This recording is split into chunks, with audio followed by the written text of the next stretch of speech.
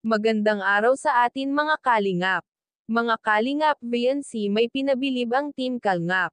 Pero bago po yan mga kalingap, kung bago pa lamang kayo sa channel ko, baka naman po pwedeng pa-like and subscribe my channel para lagi po kayong updated sa aking videos. At kung pwede, sana patapusin muna natin ang video na ito para alam natin ang nilalaman nito, at huwag din po natin kalimutan mga kalingap na pakisuportahan ang ama ng kalingap na si Val Santos Matubang at Kalingap Rab Matubang, pati na rin ang viewers na laging sumusuporta sa aking channel at reactioners. Maraming salamat po.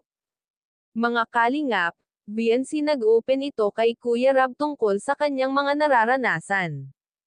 Grabe ang pag-alala ito ni VNC mga kalingap, dahil madami daw itong mga natatanggap na chat mula sa isang sponsor na hindi pa ito nakikilala ay gusto siyang sponsoran.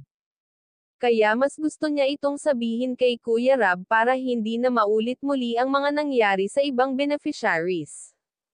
Kaya sabi ito ni VNC mga kalingap ay hindi niya ito papatulan at dededmahin na lamang. Malaki ang tiwala niya ito kay Kuya Rab dahil simula pa lamang sa umpisa ay ang Team Kalingap ang tumutulong na sa kanya, at dahil dun hindi niya ito magawang sisirain ang mga tiwala na ibinigay ng buong Team Kalingap.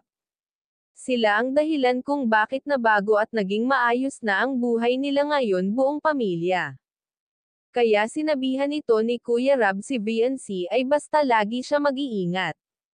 Lagi din ito pinaaalahanan ni Kuya Eds SIVNC na huwag basta-basta magtiwala sa taong hindi pa ito gaano kakilala at laging mag-iingat.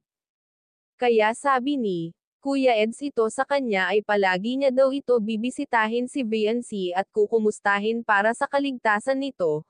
Sabi ito ni Kuya Eds at Kuya Rab ay gagawin daw nila ang lahat-lahat ng kanilang makakaya para matulungan si VNC sa kanyang mga pangarap na makatapos ng pag-aaral at magkaroon ng sariling bahay, katuwang ang sponsor ng EDSI. Kaya mga kalingap, hanggang dito na lamang po ang update natin para sa kay VNC. Maraming salamat po. Thank you for watching and God bless us all.